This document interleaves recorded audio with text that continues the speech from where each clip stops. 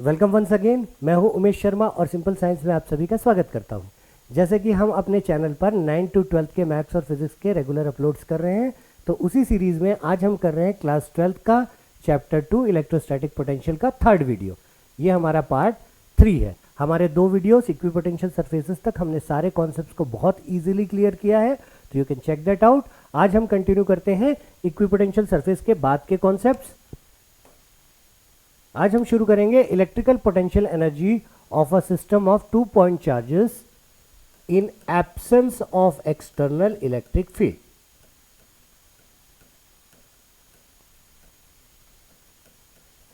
तो इस कॉन्सेप्ट में क्या दिया हुआ है, हमको 2 पॉइंट चार्जेस दिए हुए हैं। मान लीजिए एक पॉइंट चार्ज है Q1 कैप्टेड A, दूसरा पॉइंट चार्ज है Q2 कैप्टेड B। दोनों के बीच का डिस्टेंस है सपोज R। तो ये जो सिस्टम है, इसको इसकी प्रेजेंट पोजीशन में लाने के लिए हमको कुछ वर्क डन करना पड़ेगा। वही वर्क इसमें potential energy of the system के फॉर्म में स्टोर होगा। तो यहाँ पर अगर हमको potential energy of the system निकालना है, तो this will be equal to work done in bringing Q1 charge to A plus work done in bringing Q2 charge to B। अब जब मैं पहले Q1 चार्ज को लेकर आया, तब यहां पर कोई चार्ज नहीं था, कोई इलेक्ट्रिक फील्ड भी नहीं था। तो इस पॉइंट A की पोटेंशियल जो थी वो थी 0। तो work done in bringing Q1 to A will be equal to Q1 into potential at A, which will be equal to Q1 into 0। तो वो अगर कोई एक्सटर्नल इलेक्ट्रिक फील्ड पहले से नहीं है, तो चार्ज को किसी पॉइंट पर लाने के लिए कोई वर्क नहीं होता। अब जब मैं दूसरे चार्ज को Q2 पॉइंट पर लेकर आऊंगा, तो यहां पर Q1 की वजह से एक इलेक्ट्रिक फील्ड होगा, जिसकी वजह से B पॉइंट पर कुछ पोटेंशियल होगा ड्यू टू Q1। तो work done in bringing Q2 to B will be equal to Q2 into potential at B due to Q1 charge. तो ये हो जाएगा हमारा plus Q2। Potential at B के लिए हमारे पास फॉर्मूला क्या है, 1/4 पाई एप्सिलॉन नॉट Q, जो कि यहाँ पे Q1 है, अपॉन R। इसको सिंप्लीफाई करने पर हमको मिलता है 1/4 pi epsilon naught Q1 into Q2 upon R। यही वर्क स्टोर होता है in the form of potential energy of a 2 charge system. तो ये फॉर्मूला होता है potential energy of a 2 charge system in absence of external electric field के लिए। इसको आप याद रखेंगे, ये आपके फाइनल एग्जाम्स में भी इससे रिलेटेड न्यूमेरिकल पूछ सकते हैं, और आगे के कॉन्सेप्ट में भी हम इसको यूज करेंगे। मूव करते हैं नेक्स्ट स्लाइड की तरफ। नेक्स्ट स्लाइड में हमको एक क्वेश्चन दिया हुआ है numerical. 4 charges are arranged at the corners of a square ABCD of side D। हमको एक स्क्वायर दिया हुआ है A, B, C and D। इसमें हमको 4 चार्जेस दिए हुए हैं। यहाँ पे प्लस Q चार्ज रखा है, यहाँ माइनस Q चार्ज रखा है, अगेन यहाँ प्लस Q चार्ज रखा है, अगेन यहाँ माइनस Q चार्ज रखा है, और ईच साइड की लेंथ है D, D, D, D। अब हमको क्या पूछ रहा है, find the work required to put together this arrangement. इस अरेंजमेंट को जिस सेटअप पे ये रखा हुआ है स्क्वायर्स के चारों कॉर्नर में, उसमें रखने के लिए हमको टोटल कितना वर्क करना पड़ेगा। तो इस कॉन्सेप्ट को हम इस तरीके से समझेंगे कि सबसे पहले हम मान लीजिए A को लेकर आ रहे हैं, तब हमारे पास ये B, C और D वाले जो चार्जेस हैं वो नहीं थे। तो टोटल वर्क डन पहले लिख लेते हैं। टोटल वर्क डन के लिए हमारे पास फॉर्मूला बनेगा work done in bringing Q1 charge to A, या जो भी चार्ज है, इसके मैग्नीट्यूड बाद में डालेंगे।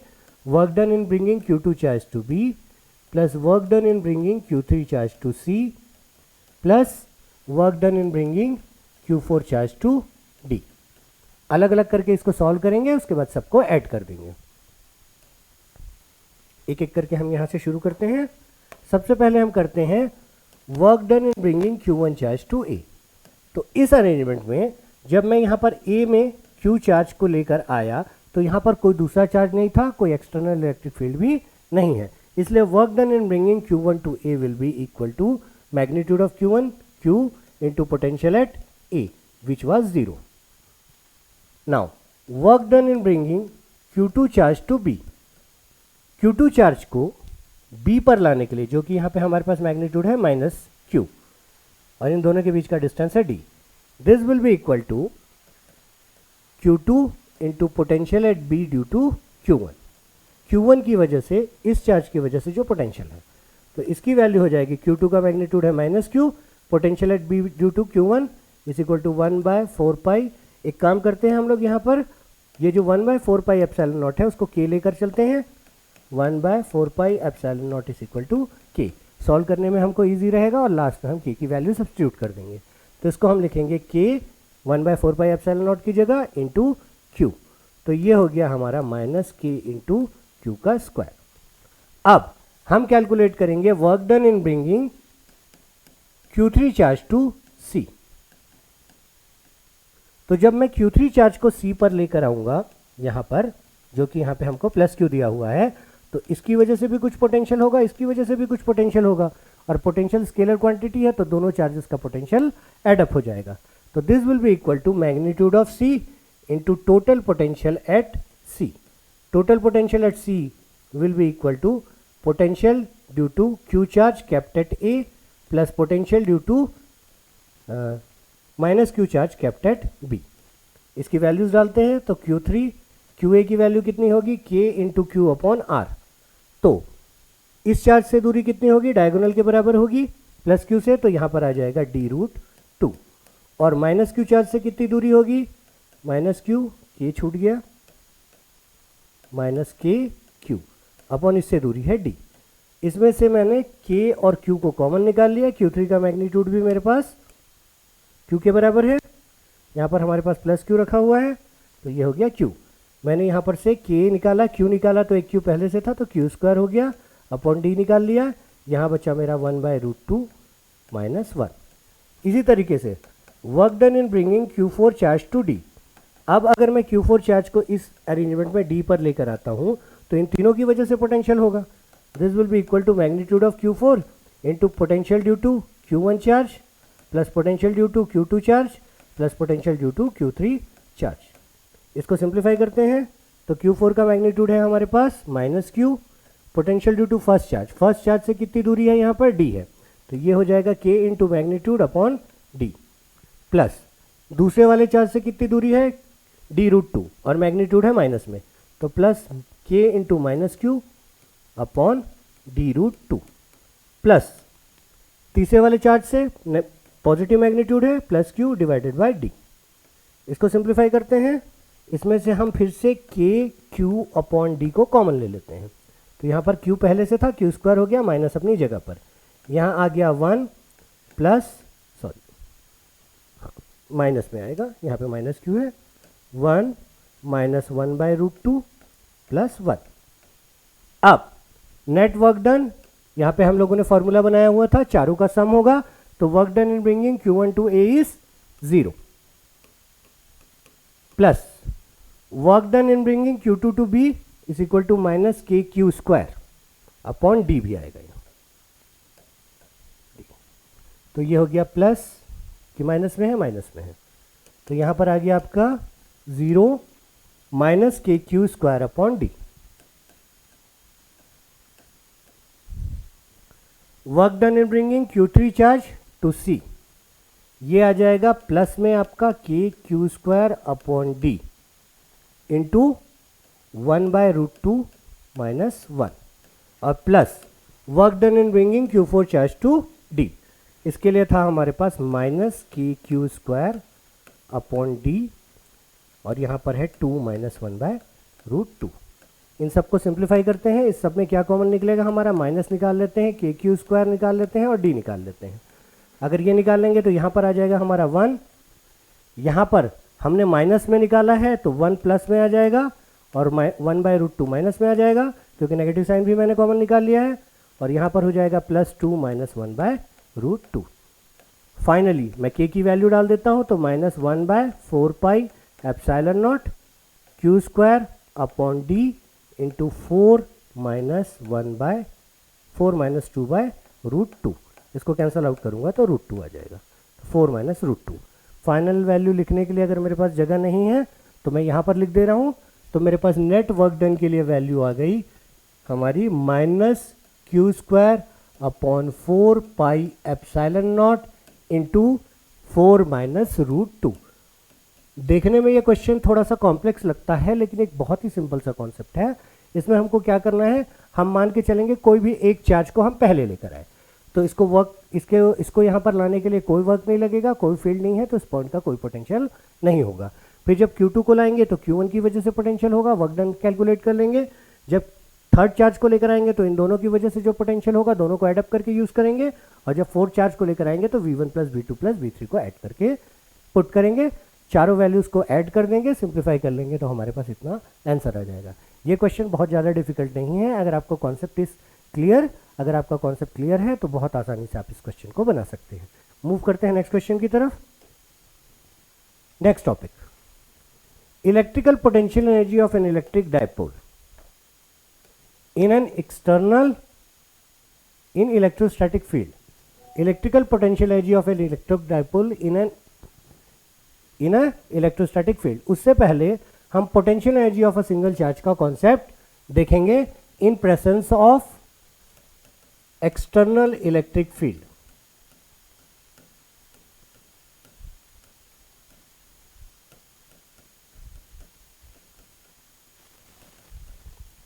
अभी हम लोगों ने प्रीवियस कॉन्सेप्ट में पढ़ा कि मान लीजिए यहाँ पर कोई भी इलेक्ट्रिक फील्ड नहीं है, तो इन दैट केस अगर मैं इस चार्ज को यहाँ पर लेकर आता हूँ तो यहाँ पर वर्क डन विल बी 0। लेकिन क्या हो अगर यहाँ पर पहले से कोई एक्सटर्नल इलेक्ट्रिक फील्ड है, तो अगर एक्सटर्नल इलेक्ट्रिक फील्ड है तो इस पॉइंट पर, अगर इस पॉइंट को मैं ए कह रहा हूँ, तो इस पॉइंट पर कुछ पोटेंशियल होगा वी एट ए। तो इस केस में अगर मैं एक सिंगल चार्ज को ए पर लेकर आ रहा हूँ तो work done will be equal to Q into potential of point A. ठीक है, इसी तरीके से हम 2 चार्ज सिस्टम और 3 चार्ज सिस्टम के लिए भी कैलकुलेशन कर सकते हैं। नेक्स्ट स्लाइड देखते हैं क्या है। Potential energy of a 2 charge system in external electric field. चलिए इसको समझते हैं फिर से। मान लीजिए यहां पर एक एक्सटर्नल इलेक्ट्रिक फील्ड है, 2 चार्जेस को मैं 2 पॉइंट पर लेकर आ रहा हूं, ए पर और बी पर। मान लीजिए this point is A, this point is B. तो चूंकि यहां पर एक्सटर्नल इलेक्ट्रिक फील्ड है तो इस पॉइंट पर कुछ पोटेंशियल होगा वी ए।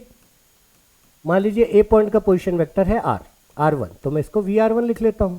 उसी तरीके से बी पॉइंट का पोजीशन वेक्टर है मान लीजिए R2, तो पोटेंशियल एट V हो जाएगा आपका V एट R2।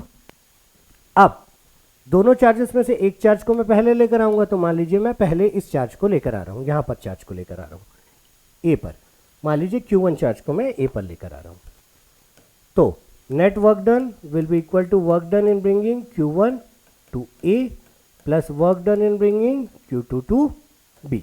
अभी जो हम लोगों ने कॉन्सेप्ट पढ़ा था, और यही स्टोर होता है in the form of potential energy. तो work done in bringing Q1 to A कितना होगा, magnitude of Q1 into potential at A. Potential था क्योंकि एक्सटर्नल इलेक्ट्रिक फील्ड है यहां पर, तो उस पॉइंट पर पहले से पोटेंशियल था। अब work done in bringing Q2 to B, तो जब बी को Q2 पर लाएंगे तो ये वाला पोटेंशियल तो होगा ही बी पॉइंट पर, लेकिन इसकी वजह से भी एक इलेक्ट्रिक फील्ड जनरेट होगा Q1 की वजह से, जिसकी वजह से यहां पर एक और पोटेंशियल होगा, potential at B due to Q1। Potential at B due to Q1 कितना होगा, इसके लिए फॉर्मूला होता है K into Q upon R। मान लीजिए दोनों के बीच का डिस्टेंस मैंने R ले लिया, मैग्नीट्यूड पहले चार्ज का Q1 है, तो in that case work done in bringing Q2 to B will be equal to magnitude of the charge into total potential. Potential scalar quantity है तो ये दोनों पोटेंशियल ऐड हो जाएंगे। Potential at R2 position plus potential due to B charge, potential at B due to first charge Q1। इस value को substitute करते हैं तो हमको मिलेगा Q1 into potential eight R1 plus Q2 into potential at R2 plus Q2 into, इसकी value है हमारी K into Q1 upon R। तो ये हो जाएगा हमारे पास फाइनल वैल्यू U के लिए Q1 into potential at the given point plus Q2 into potential due to external electric field at the given point plus 1/4 pi epsilon naught Q1 into Q2 upon R. This will be our final expression, which is stored in the form of potential energy. बहुत simple सा concept था। 2 charge system का जितना potential होना चाहिए था वो तो है ही, कि Q1 into Q2 upon R वाला कॉन्सेप्ट जो हम लोगों ने प्रीवियसली पढ़ा था, लेकिन यहाँ एक्सटर्नल इलेक्ट्रिक फील्ड होने की वजह से इन पॉइंट्स पर पहले से पोटेंशियल होगा, पहले से पोटेंशियल होगा तो पहले चार्ज को लाने के लिए भी कुछ वर्क करना पड़ेगा, दूसरे चार्ज को लाने के लिए दोनों पोटेंशियल के रिस्पेक्ट में वर्क करना पड़ेगा। पोटेंशियल जो एक्सटर्नल इलेक्ट्रिक फील्ड की वजह से है और पोटेंशियल जो कि हमने पहला चार्ज को ला के रखा है उसकी वजह से हुआ। मूव करते हैं आगे की तरफ। ये फॉर्मूला भी इंपॉर्टेंट फॉर्मूला है, आपको ध्यान में रखना है। कुछ न्यूमेरिकल्स कर लेते हैं। इस न्यूमेरिकल में हमको दिया हुआ है determine the electrostatic potential energy of a system. क्या निकालना है? Electrostatic potential energy of a system. U निकालना है consisting of two charges, charges के मैग्नीट्यूड दिए हुए हैं।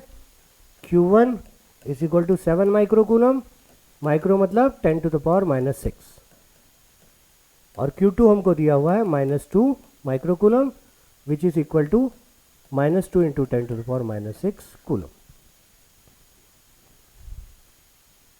कोई एक्सटर्नल फील्ड नहीं है तो पोटेंशियल एनर्जी U के लिए हमारे पास फॉर्मूला हो जाएगा 1/4πε0 Q1 into Q2 upon R। हमारे पास Q1 है, Q2 है, 1/4πε0 हमको पता है। अब प्लेस डेट, अब अगर मैं इसको प्लेस करूं, अगर ये 0 है तो पहला वाला चार्ज -9 पे है, दूसरा वाला चार्ज x एक्सिस में +9 पे है। दोनों के बीच का डिस्टेंस अगर निकालेंगे तो 18 सेंटीमीटर। तो R is equal to 18 centimetre, इसको मीटर में कन्वर्ट करेंगे तो 18/100 मीटर। वैल्यू डाल देते हैं, पोटेंशियल एनर्जी कैलकुलेट कर लेते हैं। तो this will be equal to 9 into 10⁻⁹। Q1 की वैल्यू है 7 इंटू 10⁻⁶, Q2 की वैल्यू है -2 इंटू 10⁻⁶, डिवाइडेड बाय R की वैल्यू है 18/100। 100 को मैं ऊपर कर लेता हूँ, तो ये मेरा हो जाएगा 9 2 जार 18, ये वाला 2 भी कट गया, यहाँ बचा -7। अगर पावर्स को ऐड करूँ तो 9 + 2 11, 11 - 12, तो ये हो गया -1, तो ये हो गया -0.7 joule. This is the answer of your first part. इस सिस्टम में टोटल पोटेंशियल एनर्जी कितनी होगी? तो इतनी होगी। कैसे निकलेगा? U is equal to 1/4πε0 Q1 into Q2 upon R, जो फॉर्मूला हम लोगों ने पढ़ा था अभी। ठीक। How much work is required to separate two charges infinitely away from each other. दोनों चार्जेस को इनफाइनाइटली मतलब एक दूसरे से इंटरैक्ट करने के मतलब इतना डिस्टेंस हो जाए कि दोनों एक दूसरे से इंटरैक्ट ना करें, ऐसा करने के लिए हमको कितना वर्क लगेगा? सॉल्व करते हैं क्वेश्चन नंबर 2 को। तो work done will be equal to initial final potential energy minus final potential energy. Separate करने के लिए तो इनिशियल पोटेंशियल एनर्जी आपका कितना था of the system? -0.7। Final minus initial, change करना है तो फाइनल माइनस इनिशियल यूज करेंगे।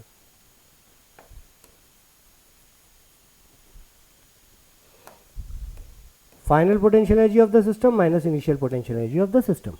तो final potential energy of the system तो 0 हो गया। क्यों हो गया? दोनों चार्जेस एक दूसरे से सेपरेट हो गए, कोई एक्सटर्नल फील्ड नहीं है, दोनों को दूर दूर रखे हैं।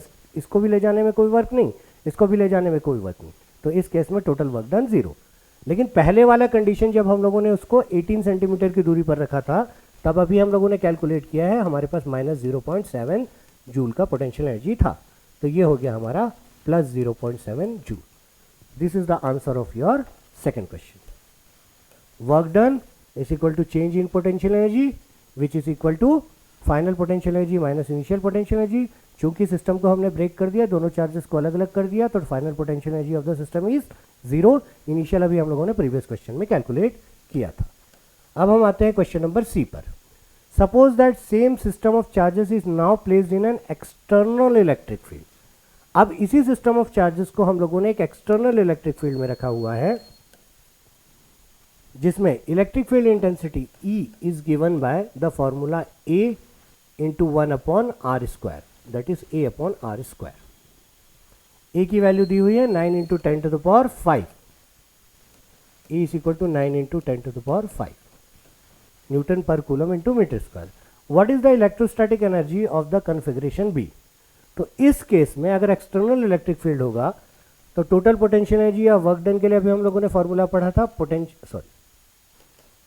पहला charge Q1 into potential at that point due to external electric field plus Q2 into potential at second point due to external electric field plus 1/4πε0 Q1 into Q2 upon R। तो इसकी वैल्यू तो हम लोगों ने पहले से निकाल ली है -0.7 जूल अभी पिछले क्वेश्चंस में। अब इसको निकालना है तो ये कैसे निकलेगा, इसके लिए हमको चाहिए पोटेंशियल। तो पोटेंशियल के लिए हम क्या कॉन्सेप्ट यूज कर सकते हैं, E is equal to minus of dV upon dr होता है। तो dV is equal to integration of E with respect to R। यहाँ पर हम E की वैल्यू डाल देते हैं A upon R square with respect to R। तो यहाँ पर A की वैल्यू कांस्टेंट है, बाहर आ जाएगी 1/r² मतलब r का पावर -2 -2 + 1 अपॉन -2 + 1। तो ये हो जाएगा हमारा -1/r, that is -A upon R। ये हमको मिल गया पोटेंशियल का वैल्यू। तो यहाँ पर Q1 चार्ज का मैग्नीट्यूड डालेंगे। Q1 चार्ज का मैग्नीट्यूड कितना है, Q1 चार्ज का मैग्नीट्यूड दिया है 7 माइक्रोकूलम। 7 × 10⁻⁶ इंटू -A/r, पोजिशन हमको दिया हुआ है, into -A upon position eight R will be, पहले का पोजिशन था -9 सेंटीमीटर, तो ये हो गया -9 × 10⁻⁻2 प्लस Q2 का मैग्नीट्यूड दिया है -2 × 10⁻⁶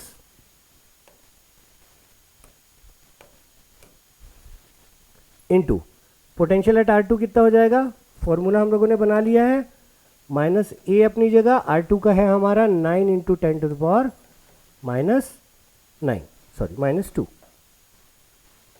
-9 सेंटीमीटर, प्लस ये वाली वैल्यू अभी हम लोगों ने निकाली थी -0.7 जूल्स है। अब इसको सिंप्लीफाई करते हैं, A की वैल्यू डाल के, तो ये माइनस माइनस तो कट गया, ये हो गया 7 × 10⁻⁻6। A की वैल्यू हमको दी है 9 × 10⁵ इंटू 9 × 10⁵ डिवाइडेड बाय 9 × 10⁻⁻2।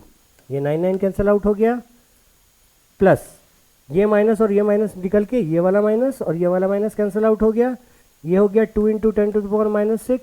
A की वैल्यू है 9 × 10⁵ डिवाइडेड बाय 9 × 10⁻⁻2 और -0.7। इसको सिंप्लीफाई करते हैं तो -6 + 5 इस -1, ये ऊपर जाके प्लस हो गया, तो ये आ गया हमारा सिंप्लीफाई करने पर 70 जूल, ये आ गया हमारा 20 जूल और ये आ गया हमारा 0.7 जूल। तो ये हो गया हमारा सिंप्लीफाई करने पर, कुछ गड़बड़ है क्या, ये वाली वैल्यू हमारी नेगेटिव में है, 70 - 20 - 0.7, तो फाइनल आंसर आएगा हमारा 49.3 joules. This will be the answer, 70 - 20 50 - 0.7। बहुत ही सिंपल सा कॉन्सेप्ट था, हमको ये फॉर्मूला लगाना था, Q1 into potential eight R1, Q2 into potential at R2 plus K into Q1 Q2 upon R। V कैसे निकलेगा, V के लिए हम लोगों ने पोटेंशियल ग्रेडियंट का फॉर्मूला लगाया, क्योंकि हमको E दिया हुआ था, E के लिए रिलेशन था R के टर्म्स में, इससे हमने V निकाला, तो V की वैल्यू आ गई हमारी -A/R। यहाँ पर R जब पहला चार्ज लेंगे तो उसकी पोजीशन लेंगे, दूसरा चार्ज लेंगे तो उसकी पोजीशन लेंगे, वैल्यू सब्स्टिट्यूट करके सॉल्व करेंगे तो हमको फाइनल आंसर मिल जाएगा 49.3 जूल्स। मूव करते हैं नेक्स्ट क्वेश्चन की तरफ। Potential energy of a dipole. अब यहाँ पर हमको एक डायपोल सिस्टम के बारे में दिया हुआ है, तो सबसे पहले हम एक बार रिकॉल कर लेते हैं कि डायपोल होता क्या है। What is an electric dipole. तो electric dipole is a pair of equal and opposite charges which are kept very close to each other.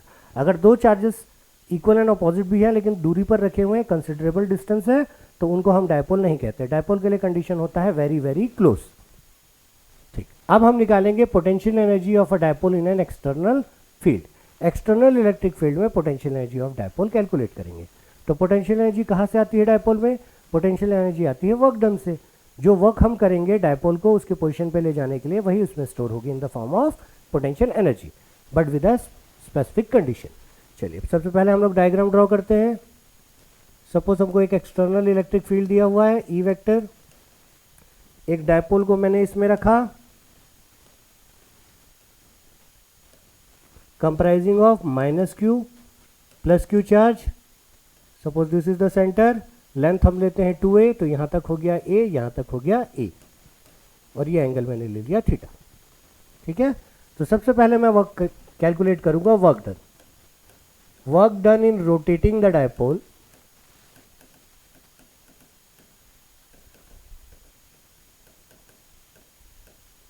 From one angle to another angle. मैं dipole को rotate करने के लिए कितना वक्त लगा पहले मैं वो कैलकुलेट करूंगा, फिर इसमें एक स्पेशल कंडीशन लगाएंगे पोटेंशियल एनर्जी ऑफ डायपोल के लिए। तो वर्क डन कैसे कैलकुलेट करते हैं हम? वर्क डन कैलकुलेट करने के लिए हम पहले निकालते हैं स्मॉल वर्क डन, इसको बहुत थोड़ा सा रोटेट करने के लिए। डी थीटा, डी जहां पर भी लगता है वो इन्फिनिटली स्मॉल वैल्यू होती है, almost equal to zero but not zero. तो ये हो जाएगा work done in displacing the dipole from angle θ1 to θ2। Work done के लिए फॉर्मूला होता है फोर्स इनटू डिस्प्लेसमेंट। चूंकि यहां पर रोटेशनल मोशन का कॉन्सेप्ट है तो फोर्स का इक्विवेलेंट हो जाएगा torque into D theta. Tau के लिए हम लोगों ने फॉर्मूला पढ़ा था θ1 से लेके θ2 तक, ये होता है PE sin theta with respect to theta. यहां पर से हमने P और E को कॉमन निकाल लिया, integration of sin theta with respect to theta for the integrating limits θ1 to θ2। तो ये हो गया PE sin थीटा का इंटीग्रेशन होता है cos theta for the integrating limits θ1 to θ2। तो ये आ गया work done PE cos θ2 minus cos θ1।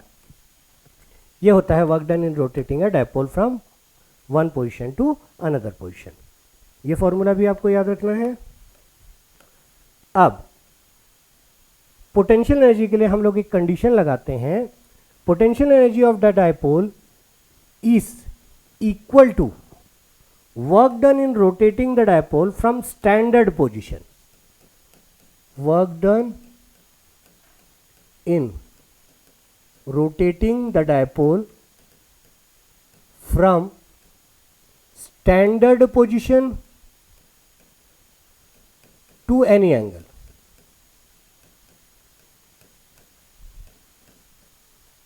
तो भाई मेरा स्टैंडर्ड पोजीशन क्या होता है ये हम लोगों ने चैप्टर 1 में कवर किया हुआ है। आप हमारी वो वीडियोस भी चेकआउट कर सकते हैं जिसमें हम लोगों ने डायपोल और डायपोल मोमेंट का कॉन्सेप्ट देखा था, इलेक्ट्रिक फील्ड इंटेंसिटी का कॉन्सेप्ट देखा था। तो उसमें हम लोगों ने पढ़ा था कि डायपोल के जो पोजीशंस होते हैं वो होते हैं इक्विलिब्रियम, स्टेबल इक्विलिब्रियम जो कि होता है theta is equal to 0 degree, दूसरा होता है अनस्टेबल इक्विलिब्रियम जो कि होता है theta is equal to 180 degree, और स्टैंडर्ड पोजीशन होता है theta is equal to 90 degree. तो इसी फॉर्मूले में हम क्या करेंगे, potential energy of dipole is equal to work done in rotating the dipole from π/2 to any angle theta. यहाँ पर हम P और E तो अपनी जगह पर रहेगा, cos θ2 की जगह हमारा आ जाएगा cos थीटा और cos θ1 की जगह हमारा आ जाएगा π/2 से लेके किसी भी एंगल तक। cos 90 की वैल्यू 0 होती है तो ये हमारा आ जाता है माइनस PE cos थीटा। यहाँ पर शायद मैंने प्लस माइनस में कुछ गड़बड़ किया है, साइन थीटा का integral minus cos theta, minus cos theta तो माइनस cos θ2 प्लस cos θ1, तो यहाँ माइनस cos थीटा और यहाँ पर प्लस, तो ये आएगा माइनस PE cos थीटा। तो potential energy of N electric dipole के लिए हमारे पास फॉर्मूला होता है माइनस PE cos थीटा, जिसको हम लिख सकते हैं minus P vector dot E vector, क्योंकि A डॉट B का डेफिनेशन होता है AB cos थीटा और एनर्जी स्केलर क्वांटिटी होता है, इसलिए हमारे पास डॉट प्रोडक्ट में आंसर आया। माइनस साइन क्या बताता है कि work is done by the system, electrical system अपनी एनर्जी यूज करके डायपोल को रोटेट कर रहा है, इस वजह से यहाँ पर पोटेंशियल एनर्जी नेगेटिव है। मूव करते हैं अगले क्वेश्चन की तरफ। A molecule of a substance has a permanent electric dipole moment of magnitude, permanent dipole moment of magnitude दिया हुआ है 10 to the power minus 29 coulomb into meter. A mole of this substance is polarized at low temperature. 1 mole of this substance is polarized at a very low temperature by applying strong electric field, मुझे लग रहा है कि यहाँ 6 होना चाहिए, तो electric field intensity is equal to 10 to the power 6 volt per meter. The direction of field is suddenly changed by an angle of theta. पहले theta is equal to 0 degree का केस था, सेकेंड केस में theta is equal to 60 degree हो गया। Estimate the heat released by the substance in aligning the dipoles, assuming that 100% polarization of the sample. तो क्या calculate करना है हमको, पहले कैलकुलेट करना है हमको estimate the heat released. Heat released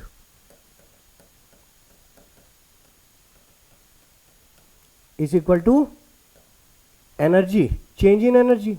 Change in energy will be final energy, final potential energy minus initial potential energy. Final potential energy के लिए फॉर्मूला माइनस PE cos, पहले केस में 60 डिग्री दिया हुआ था, दूसरे केस में माइनस PE cos 0 डिग्री दिया हुआ था। इन दोनों में से मैंने माइनस पी ई को कॉमन ले लिया, मेरे पास आ गया cos 60, cos 60 की वैल्यू 1/2, cos 0 की वैल्यू 1, -1, ये माइनस साइन भी मैंने बाहर निकाल लिया है, तो ये हो गया मेरा minus P E into -1/2 which is equal to P E by 2। P की वैल्यू हमको दी हुई है 10⁻⁻29, ई की वैल्यू हमको दी हुई है 10⁻6 डिवाइडेड बाय 2, तो इसको हम लिख सकते हैं 10⁻23/2, और चाहें तो एक 10 निकाल कर 10 इंटू 10⁻⁻24/2 लिख कर इसको हम 5 इंटू 10⁻⁻24 भी लिख सकते हैं, यूनिट विल बी जूल। तो ये भी आंसर हमारा करेक्ट है और ये भी आंसर हमारा करेक्ट है। This much amount of heat will be released by the system in aligning the dipole to the given conditions, assuming that 100% samples are polarized, सारे के सारे पोलराइज हो रहे हैं। मूव करते हैं नेक्स्ट क्वेश्चन की तरफ।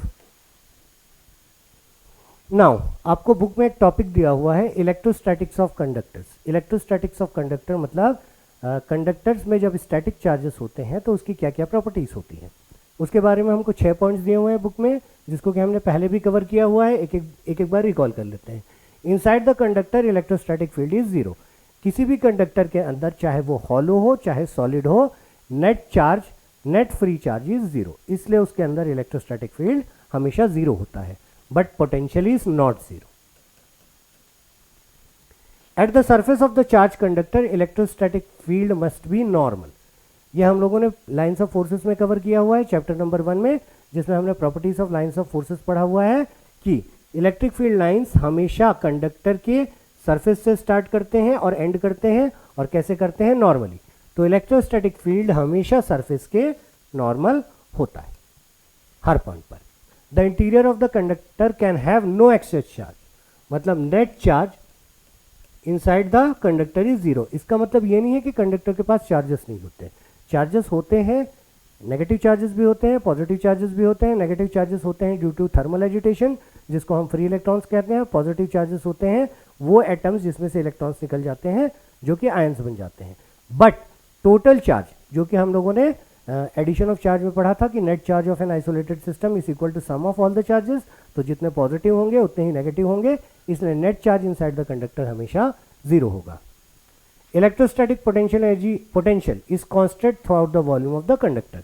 जैसे कि मैंने फर्स्ट पॉइंट में बताया कि किसी कंडक्टर के अंदर इलेक्ट्रिक फील्ड 0 होती है, लेकिन पोटेंशियल 0 नहीं होती, ये होती है कांस्टेंट। कितना कांस्टेंट होता है, equal to potential on the surface. अगर मान लीजिए मैं एक कंडक्टर इमेजिन कर रहा हूं जिसका रेडियस r है, तो इसके लिए v की वैल्यू हो जाएगी kq/r, potential on the surface. Surface पर अगर इसके पास टोटल q चार्ज है सरफेस पर, तो पोटेंशियल पर आपका पोटेंशियल ऑन द सरफेस आपका kq/r होगा। उतना ही potential throughout the conductor होगा जितना कि सरफेस पर होगा, लेकिन इलेक्ट्रिक फील्ड इंटेंसिटी 0 होगी। आगे बढ़ते हैं। 5th point, electric field at the surface of the charge conductor. Charge conductor के सरफेस पर इलेक्ट्रिक फील्ड के लिए फॉर्मूला होता है σ/ε0। इसको भी हम लोगों ने फर्स्ट चैप्टर में गॉसेस थ्योरम के एप्लीकेशंस में कवर किया है। Electric field due to a sheet, उसी कॉन्सेप्ट को हम यहाँ पर भी यूज करते हैं, where sigma is called as surface charge density. Last is electrostatic shielding. Electrostatic shielding is nothing but the use of this property. ये प्रॉपर्टी कहता है कि अगर आप कोई कंडक्टर को खोखला कर दो तो अंदर तो इलेक्ट्रिक फील्ड 0 होगी, तो अंदर अगर कोई इलेक्ट्रिक फील्ड नहीं है तो it is shielded by any external electric field. या दूसरे तरीके से समझते हैं कि अगर कोई एक्सटर्नल इलेक्ट्रिक फील्ड दिया हुआ है और उसमें हम लोगों ने एक खोखला कंडक्टर रख दिया, तो फील्ड लाइंस इसके अंदर से तो नहीं जाएंगे, तो इसके अंदर इलेक्ट्रिक फील्ड 0 होगा। मतलब हम लोगों ने इस रीजन को, कौन से रीजन को, एक हॉलो कंडक्टर के अंदर के रीजन को एक्सटर्नल इलेक्ट्रिक फील्ड से शील्ड कर दिया है। इस प्रोसेस को हम कहते हैं इलेक्ट्रोस्टैटिक शील्डिंग। तो आई होप कि आपको बहुत अच्छे से इलेक्ट्रोस्टैटिक्स ऑफ कंडक्टर समझ में आ गया होगा। These are nothing but the properties जो हम पहले पढ़ चुके हैं उसी को कंपाइलेशन दिया हुआ है, और इलेक्ट्रोस्टैटिक शील्डिंग करके हमको एक नया टॉपिक दिया हुआ है। कुछ क्वेश्चंस दिए हुए हैं टेक्स्ट बुक के। A comb runs through one's dry hair, attracts small bits of paper. Why? What happens if the hair is wet or it is rainy day? देखिए, एक कॉम को अगर हम बाल पे रब करते हैं ड्राई हेयर पर, तो ये छोटे छोटे पेपर के पीसेस को अट्रैक्ट करता है। क्यों करता है? क्योंकि कॉम को जब हम रब करते हैं तो यहाँ पर होता है concept of frictional electricity. Friction की वजह से कुछ स्टैटिक चार्जेस जनरेट हो जाते हैं कॉम के सरफेस पर। अब जो पेपर के टुकड़े हैं, पेपर पोलराइज नहीं होता है, इसका कोई नेट इलेक्ट्रिक फील्ड नहीं होता है, लेकिन जब इसके आसपास हम कॉम को लेकर आते हैं तो यहाँ पर जो इलेक्ट्रिक चार्जेस है उसकी वजह से इसके अंदर एक पोलराइजेशन, इसके जो मॉलिक्यूल्स एक पर्टिकुलर डायरेक्शन में अलाइन हो जाते हैं और एक नेट डायपोल मूवमेंट या नेट चार्ज जनरेट होता है, जो कि दोनों के इंटरेक्शन की वजह से कॉम के पीसेस खिंचा जाते हैं। अगर हेयर आपके गीले हैं तो फ्रिक्शन नहीं होगा प्रॉपरली, तो स्टैटिक चार्जेस जनरेट नहीं होंगे, तो कॉम पेपर पीसेस को अट्रैक्ट नहीं करेगा। Second question, ordinary rubber is an insulator but special rubber tyres are used in aircrafts. आपको एरोप्लेन के जो बड़े बड़े चक्के दिखते हैं उसमें थोड़ा सा कंडक्टिंग मटेरियल होता है, तो ऐसा क्यों किया जाता है? एरोप्लेन जब हवा में चलता है, एक अच्छी खासी स्पीड से चलता है, तो फ्रिक्शन, एयर के फ्रिक्शन की वजह से उसकी बॉडी में बहुत सारे electric charges, static charges generate हो जाते हैं। अगर वो चार्जेस को रिलीज ना किया जाए तो जैसे ही कोई पैसेंजर उतरने के साथ पैर जैसे ही ग्राउंड को छुएंगे और वो टच में रहेगा प्लेन के, तो वो सारे स्टैटिक चार्जेस उसकी बॉडी के थ्रू फ्लो होते हुए ग्राउंड में चले जाएंगे, क्योंकि ग्राउंड का पोटेंशियल जीरो है और इसका पोटेंशियल पॉजिटिव या नेगेटिव जो भी है, तो पोटेंशियल डिफरेंस जनरेट हो गया। तो इस केस में चार्जेस फ्लो करेंगे और हमको इलेक्ट्रिक शॉक लग सकता है। तो इस वजह से टायर्स को थोड़ा सा कंडक्टिंग रखा जाता है कि जैसे ही टायर्स जमीन को टच करें, जितने भी स्टैटिक चार्जेस प्लेन पे जनरेट हुए हैं वो टायर से होते हुए ग्राउंड में चले जाए और न्यूट्रलाइज हो जाए। Vehicles carry inflammable materials usually have metallic रूप्स।